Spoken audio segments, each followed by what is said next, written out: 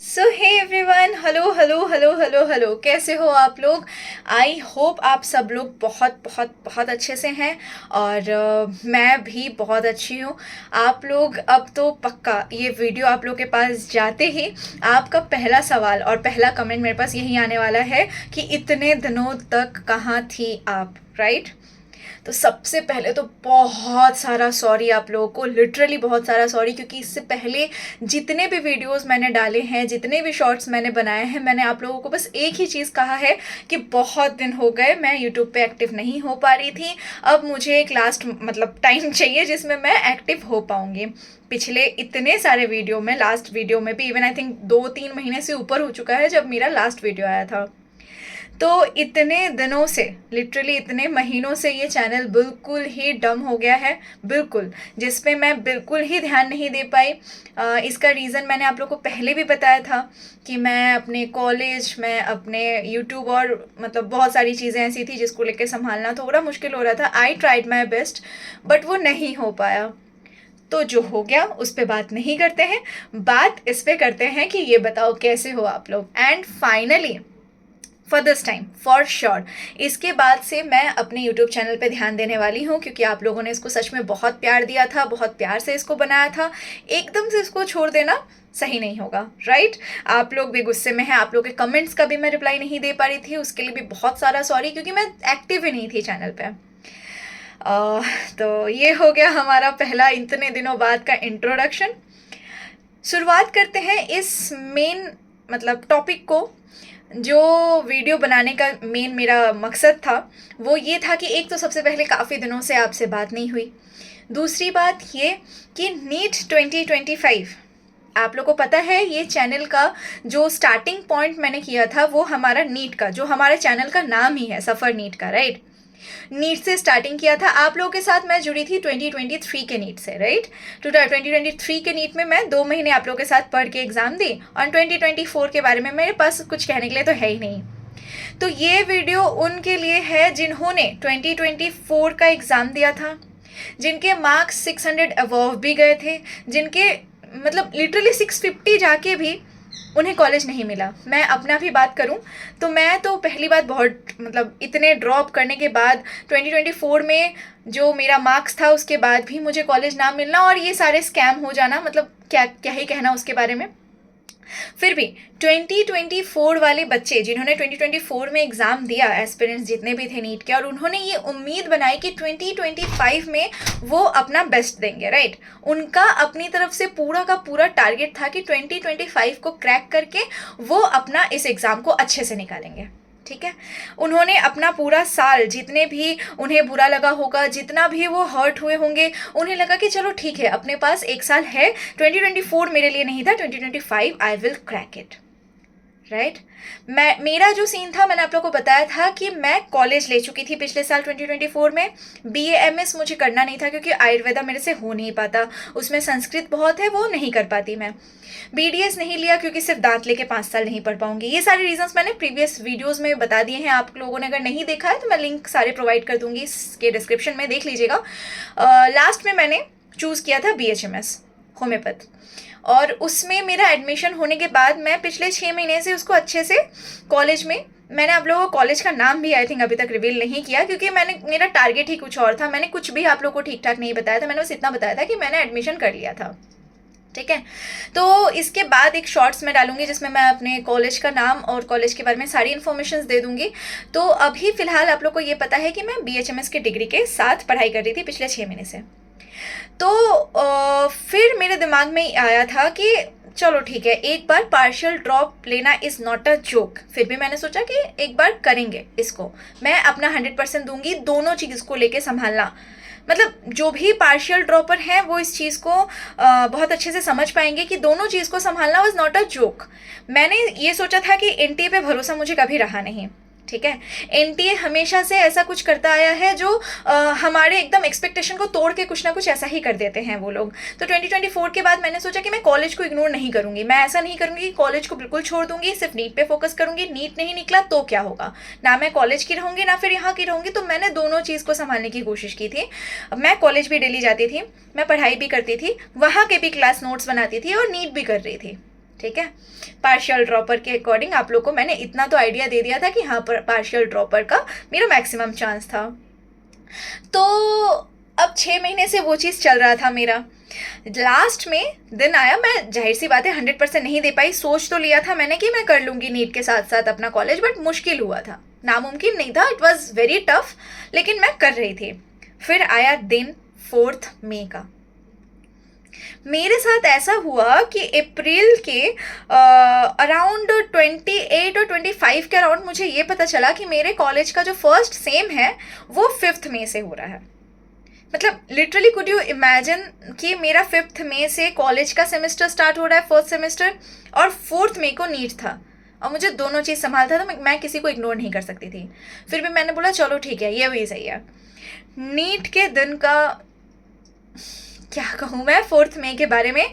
जब biology section आया मेरे पास, मतलब वो जो 3 घंटा था, ठीक है, वो जो 3 घंटा था उसमें से जब पेपर, आप लोगों को पता है 20 मिनट, 15 से 20 मिनट तो इन्विजिलेटर ले जाते हैं, वो सब तो एकदम पुरानी बात है, उसको क्या ही दोहराना। 1 घंटे 10 मिनट, 1 घंटे 10 से 15 मिनट सिर्फ मेरा बायोलॉजी पेपर करने में लग गया।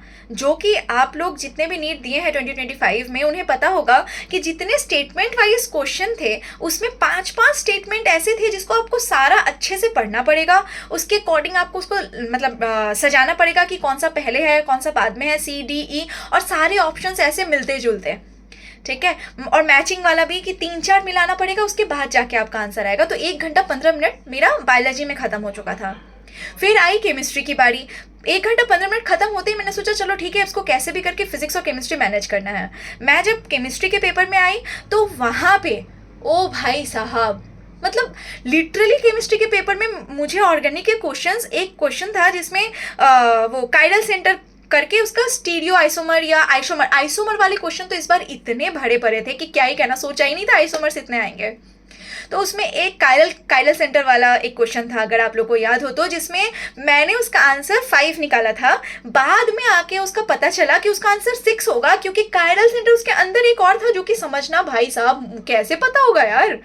एडवांस के लेवल का, JEE एडवांस के लेवल का वो क्वेश्चन था जो कभी किया नहीं था, ठीक है। केमिस्ट्री के बाद मैं जब फिजिक्स के पोर्शन में आई, इट वाज अराउंड 4:10, हाँ 4:10 हो रहा था जब मैं फिजिक्स का पेपर खोली थी। मेरा 46 कोड था, 46 था, जिसमें 2-4 क्वेश्चन जो पहले के थे, जिसमें वो 13% वाला क्वेश्चन था, उसके बाद एक I0 by 8 वाला क्वेश्चन था। दोनों मैंने सोचा आए है इस बार तो क्या ही कहना, पेपर कितना अच्छा आया है। उसके बाद physics, oh my god, 22.5 degree polarized. उससे भी एक क्वेश्चन था अल्फा बीटा गामा वाला, जो आई वाज लाइक इसको क्या करूं मैं, मतलब देख रही हूँ, सोच रही हूँ, मुझे समझ में नहीं आ रहा। कम से कम 6-7 क्वेश्चन लाइन से ऐसे थे जिसे समझ में नहीं आ रहा कि इसको स्टार्ट कैसे करें, मतलब इसका जो प्रोसीज्योर है, इसका स्टार्टिंग पॉइंट क्या होगा, कौन सा फॉर्मूला लगेगा, कौन से, इवन मेरे दिमाग में ये भी आया था कि कौन से चैप्टर से है। मतलब लिटरली तब भी मैंने सोचा कि ये शायद सिर्फ मेरे साथ हो रहा है, क्योंकि मैं पार्शियल ड्रॉपर हूँ, मैंने ठीक से ध्यान नहीं दिया था, तो शायद इसीलिए मेरे साथ ये हो रहा है कि मुझे समझ में नहीं आ रहा है कि इसका मुझे क्या करना है। फिर भी मैंने उस पेपर को अटेंड किया। मैंने सोचा ठीक है, मेरे बहुत सारे क्वेश्चंस फिजिक्स में छूट गए, मतलब मैं बना ही नहीं पा रही थी कि कैसे करना है, इसको समझ में नहीं आ रहा था मुझे। फिर भी मैंने अपना 100% दिया। लेकिन इस बार का ये था मेरे दिमाग में, इस बार का ये था कि चलो ठीक है यार, इस बार अगर नहीं भी होता तो मेरे पास एक कॉलेज है, I have a safe side. MBBS मुझे करना था स्टार्टिंग से। अब क्या कर सकते हैं, जब मैं पेपर दे के रूम से बाहर निकली तब पता चला मुझे कि नहीं, सिर्फ मैं अकेली नहीं हूँ, बहुत सारे ऐसे हैं। मेरे सेंटर से बाहर निकलते ही मैंने देखा एक लड़की बेहोश हो चुकी थी, ठीक है, मतलब लिटरली बेहोश हो गई। क्यों? क्योंकि फिजिक्स वो अटेंड नहीं कर पाई थी। उसके मम्मी पापा इतने परेशान, वो बेहोश हो चुकी थी डर के मारे, मतलब वो पैनिक कर गई थी इतना ज़्यादा कि अब क्या होगा। देखो, इस चीज़ को मैं बहुत अच्छे से समझ पाती हूँ, क्योंकि जो एज अ ड्रॉपर 1 साल पूरा बर्बाद करके आप एक एग्ज़ाम को 100% देते हो, और जब आपको बिल्कुल पिछले साल आपने पेपर लीक कर दिया, ऐसा कट ऑफ गया कि 650 आपने लीक नहीं किया, चलो ठीक है, जो भी रीज़न था, इजी पेपर था, 650 अबव के बच्चों को भी कॉलेज नहीं मिल रहा था। और इस साल ऐसा हुआ कि पेपर करने लायक ही नहीं है। समझ में ही नहीं आ रहा है कि चीज़ को करना क्या है। ऐसा पेपर की कोई आइडिया ही नहीं था कि 2016, चलो ठीक है मैं मानती हूँ 2016, बट ये 2016 वाला भी पेपर नहीं था, ये उससे भी टफ था। हाँ, मैं ये ज़रूर मानती हूँ कि टफ था तो अच्छा था कि इसमें आप चीट नहीं कर सकते, इसमें आपका लीक होने का चांसेस बहुत कम है, और जिन्होंने जेन्युइनली मेहनत किया है उनका जाहिर सी बात है कट ऑफ आपके मार्क्स पे नहीं, कट ऑफ कितने बच्चों का कैसे मार्क्स आ रहा है और रैंक क्या आ रहा है उस पर डिपेंड करता है। तो जिन्होंने एक्चुअली जेन्युइनली मेहनत किया है उन्हें कॉलेज मिल जाएगा। इस साल कट ऑफ भी सुन रहे हैं हम लोग कि 120 130 से नीचे जाएगा, 500 550 के बच्चों को भी मिलेगा, लेकिन 500 550 इस पेपर में लाना was not a joke, right. तो इस वीडियो को मुझे आप लोग के साथ शेयर करने का जो सबसे मेन रीज़न है ना, वो ये है कि देखो यार, जितने भी ड्रॉपर्स हो ना, मतलब मैं अपने एक्सपीरियंस के साथ इस चीज़ को कह रही हूँ, जितने भी ड्रॉपर हो, देखो फर्स्ट ड्रॉप है, सेकंड ड्रॉप है, that can be tolerable, but इससे ज़्यादा ड्रॉप, मान लो मेरी तरह जिन्होंने 4 साल 5 साल सिर्फ एक नीट में लगाया है अपने सारे दुनिया को छोड़ के, फिर भी कुछ ना कुछ उसके साथ प्रॉब्लम होता जा रहा है, तो आई एम सीरियसली, नीट, मैं क्या कहूँ, NEET is literally a trap और अ लूप, जिसमें आप एक बार अगर फंस गए, एवरेज स्टूडेंट, देखो एवरेज स्टूडेंट पे मैं नहीं कहूँगी, ये एक ऐसा लूप है ना जहाँ पे आप अपना 100% देते हो, ठीक है। जैसे मान लो इस साल आपने एग्ज़ाम दिया, ठीक है, अभी 2025 का आपने एग्ज़ाम दिया, अभी रिजल्ट आते आते पकड़ लो सितंबर अक्टूबर नवंबर तक काउंसलिंग का इंतजार करते करते नवंबर हो गया। मान लो आपका नहीं होता है, आपके दिमाग में फटाक से क्या आएगा, यार 6 महीने बाद ही तो नेक्स्ट ईयर का है, नेक्स्ट ईयर भी एक बार ट्राई कर लेते हैं, राइट, ये आता है। और इसी लूप के चक्कर में हमारा एक साल फिर बर्बाद होता है, और जब तक बर्बाद करते करते करते करते जब हमारा 3-4 साल वेस्ट हो चुका था, हम पीछे घूम के देखते हैं कि हमें क्या मिला। ना हमने कॉलेज लिया, ना हमने एक डिग्री लिया, ना ही हम नीट निकाल पाए, पूरा का पूरा साल हमारा बर्बाद। और ये इतना गंदा लूप है ना, सही बता रही हूँ मैं आप लोगों को, ये इस लूप में अगर आप एक बार फंस गए, इससे निकलना अब जाके मुझे समझ में आ रहा है कि एक ऑप्शन बी, मैं कहती थी ना मेरे पास कोई ऑप्शन बी नहीं है एमबीबीएस के अलावा। एमबीबीएस को जिस हिसाब से हाइप बना के रखा है, बीएचएमएस में जाने के बाद मुझे सच में ये पता चला कि MBBS is not everything, MBBS is literally not everything. मैंने आप लोग को कोई भी अपने कॉलेज के व्लॉग्स या कोई भी ऐसा चीज़ नहीं दिखाया अभी तक जिसमें आप लोग को ये लगे कि सिर्फ एमबीबीएस ही ज़िंदगी नहीं है, लिटरली ज़िंदगी नहीं है, इसके अलावा भी बहुत कुछ है जिसमें आप आगे बढ़ सकते हैं। तो आप अपने ज़िंदगी में 1-2 साल दे दिए नीट को, बहुत है, एनफ है, एनफ है, मैं कह रही हूँ एनफ है। उसके बाद आपको समझ लेना चाहिए कि ये है ही नहीं आपके लिए, आप अपना साल बर्बाद करते जाओ, इससे अच्छा है कि आप दूसरा ऑप्शन ढूंढ लो। अगर डॉक्टर ही बनना है, बीएमएस बीएचएमएस बीडीएस, बहुत नर्सिंग, बहुत सारे ऑप्शंस हैं, बट ये एमबीबीएस के चक्कर में ना, मतलब इतने साल हम बर्बाद कर देते हैं, तब हमें पता चलता है कि हमने क्या किया। तो ये मेरे हिसाब से जितने भी ड्रॉपर हैं इस चीज़ को फील कर पाएंगे। एग्ज़ाम देके घर आने के बाद ऐसा लगता है यार पूरा साल फिर से गवा दिए हम लोग, मतलब सच में। इस साल अब रिजल्ट क्या आता है, मैं अपने मार्क्स को, मैंने आप लोगों को जैसे कि बताया कि 5 तारीख से ही मेरे कॉलेज का भी एग्ज़ाम था, तो मैं घर आई जब 9 साढ़े 9 हो रहा था, इस बार भी 23 किलोमीटर दूर मेरा सेंटर पड़ा था, 9 साढ़े 9 हो रहा था। उसके बाद मुझे टाइम ही नहीं मिला कि मैं यहाँ से अपना पेपर चेक कर पाऊँ या क्या कर पाऊँ। मुझे फटाफट से ट्रेन लेके, मेरा कोलकाता में नहीं है कॉलेज, तो मुझे जाना पड़ा, अपने कॉलेज के लिए निकलना पड़ा, क्योंकि दूसरे दिन से मेरा 11 बजे से सेम स्टार्ट था फर्स्ट, तो उसमें चली गई मैं, तो मुझे बिल्कुल टाइम नहीं मिला। और 15 दिन से लगातार मेरे एग्ज़ाम्स ही चल रहे थे, इसीलिए मैं कोई भी अपलोड वीडियो नहीं कर पाई थी। मैं वेट करती थी मेरा एग्ज़ाम खत्म हो तो मैं आप लोगों से बात करूँ। तो फाइनली मेरा एग्ज़ाम ओवर हो चुका है, तो अब जाके मैंने सोचा अब इस चैनल पे थोड़ा ध्यान देना बहुत ज़्यादा ज़रूरी है, आप लोगों से बात करना बहुत ज़्यादा ज़रूरी है। तो अब रिज़ल्ट जैसा भी आता है, रिज़ल्ट डिपेंड करता है कट ऑफ पे, रिज़ल्ट डिपेंड करता है क्या होने वाला है, कितने मार्क्स आने वाले हैं, कुछ नहीं पता हमें। अब मैं ये नहीं कहूँगी मेरे एक्सपेक्टेड मार्क्स कितने हैं, मैं कितना, क्योंकि मैंने कैलकुलेट, मुझे टाइम ही नहीं मिला इस बार, तो ऐसा है। हालांकि मैं कभी भी कैलकुलेट नहीं करती हूँ एग्जाम दे के आके, बट इस बार तो मुझे मौका ही नहीं मिला। इस बार डर नहीं था तो मैं कर सकती थी, बट नहीं किया मैंने, टाइम ही नहीं मिला बिल्कुल भी। तो अब मैं इस चीज़ को छोड़ ही देना चाहती हूँ। रिजल्ट आएगा, कट ऑफ आएगा, अपने आप पता चलेगा क्या होने वाला है। तो अगर मिल जाए तब का तब देखेंगे, तब का उस अकॉर्डिंग मैं आप लोगों के साथ जाहिर सी बात है सारी चीज़ें शेयर करूँगी। अभी के लिए फ़िलहाल मैं आप लोगों से बस इतना कहना चाहूँगी कि अगर आप लोगों ने 3 से 4 से ज़्यादा ड्रॉप ले लिया है, तो इस बार अब अपने आप के साथ ये गेम मत खेलो यार। ऑप्शन कुछ भी मिले ले लो उस चीज़ को, जिस चीज़ में आप इंटरेस्टेड हो कर लो उस चीज़ को, क्योंकि आप लोग का साल बर्बाद होगा। और मैं इस चीज़ को इतने अच्छे से फील कर पाती हूँ ना, जब पीछे मुड़ के देखती हूँ तो मैं सोचती हूँ कि यार क्यों कम से कम मैं उन 2-3 साल में अपना BSc कंप्लीट कर सकती थी, मैंने वो भी नहीं किया। ये सोच के कि मुझे नीट निकालना है, MBBS करना है एंड टाइप ऑफ थिंकिंग्स, तो मैं वो भी नहीं कर पाई, यही सोच के कि इसको करना था। हाँ, तो फिलहाल के लिए इस वीडियो में मैं ये सारी बातें आप लोगों से करना चाहती थी, अपने एग्ज़ाम के बारे में आप लोगों से शेयर करना चाहती थी। ऑलमोस्ट ये 15 मिनट्स के जा चुके हैं वीडियो। घर आने के बाद जब मैं एग्ज़ाम देके घर आई तो वही थिंकिंग था मम्मी पापा का भी कि कैसा हुआ एग्ज़ाम। मुझे इस बार ऐसा टाइम नहीं मिला कि मैं उस चीज़ के बारे में ज़्यादा सोच पाऊँ, और एक तरफ से अच्छा हुआ, वरना और डिप्रेस्ड होती मैं कि मैंने फिर से अपना साल बर्बाद कर दिया और मेरे पास तो ऑप्शन ही नहीं था।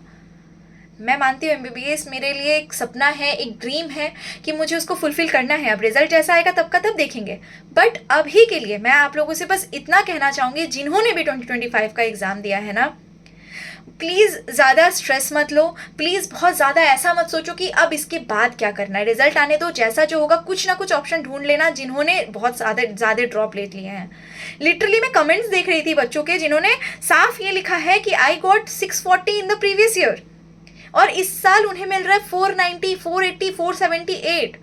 Could you believe the pain? मतलब कैसे वो बच्चा सरवाइव कर पाएगा यार, कैसे? अगर उन्हें कॉलेज मिल जाता है तब तो बहुत अच्छी बात है, बट सोचो कैसा लगता है कट ऑफ के बाद अगर ऐसा सीन होता है कि उन्हें फिर से कॉलेज नहीं मिल रहा है। उसमें उनकी कोई गलती नहीं है, ना किसी भी ट्यूशन कोचिंग इंस्टीट्यूट में ऐसा बोला गया।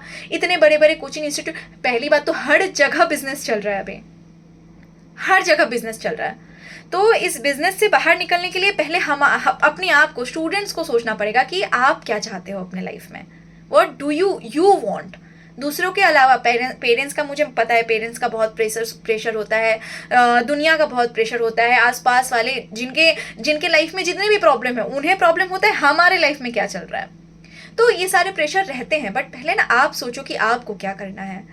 आप एक बार अपने आराम से एक बार सोच लो कि आप अगर इस चीज़ से आगे निकल के कुछ करना चाहते हो तो बिल्कुल कर सकते हो। मैं डेफिनेटली इसके बाद अपने कॉलेज के व्लॉग्स, अपने सारे चीज़ें आप लोगों के साथ शेयर करूँगी। And for this time I am really very sorry for the NEET examination. भाई साहब, फाइनली मैं इस एग्ज़ाम से, इस लूप से बाहर निकल रही हूँ। इस साल जैसा भी हो जाए, जैसा रिजल्ट आए, जो भी रिजल्ट आए, डेफिनेटली आप लोगों से शेयर करूँगी मैं।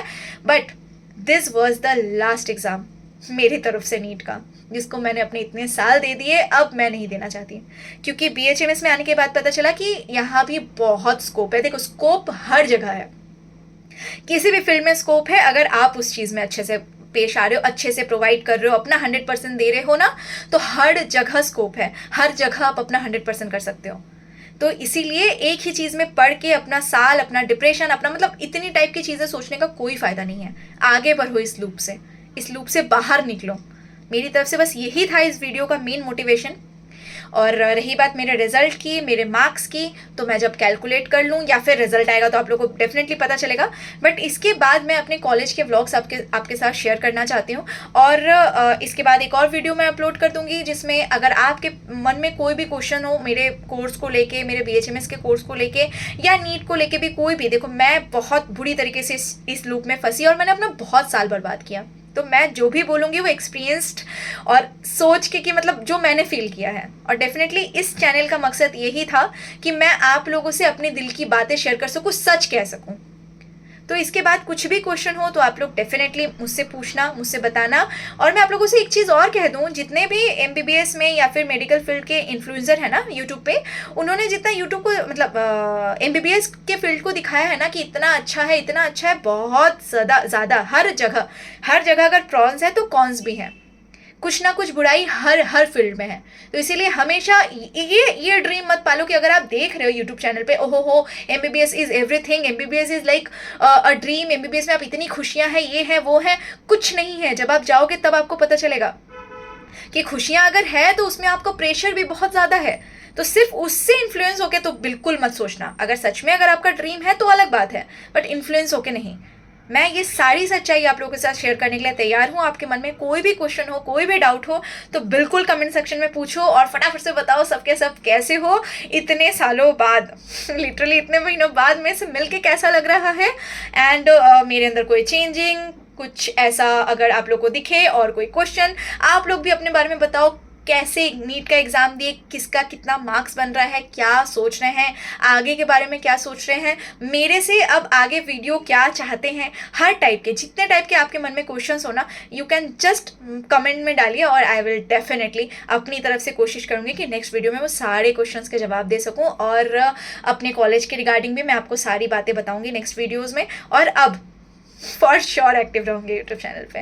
तब तक के लिए एकदम खुशी से मज़े में रहिए, बिल्कुल मत सोचिए एग्ज़ाम दे दिया है आप लोगों ने, रिजल्ट जो आएगा देखा जाएगा। तब तक खुद को टाइम दो, मैं हर बार यही कहती हूँ, जस्ट टेक योर टाइम, आराम से खुद को टाइम दो, तब का तब देखेंगे। वीडियो बहुत लंबा हो चुका है, आगे का वीडियो नेक्स्ट पार्ट में कंटिन्यू कर लेंगे अगर आप लोगों के मन में कोई क्वेश्चन हो डेफिनेटली। तब तक के लिए खुश रहो, मज़े में रहो और मिलते हैं नेक्स्ट वीडियो में। Okay, bye bye guys, bye bye bye bye bye.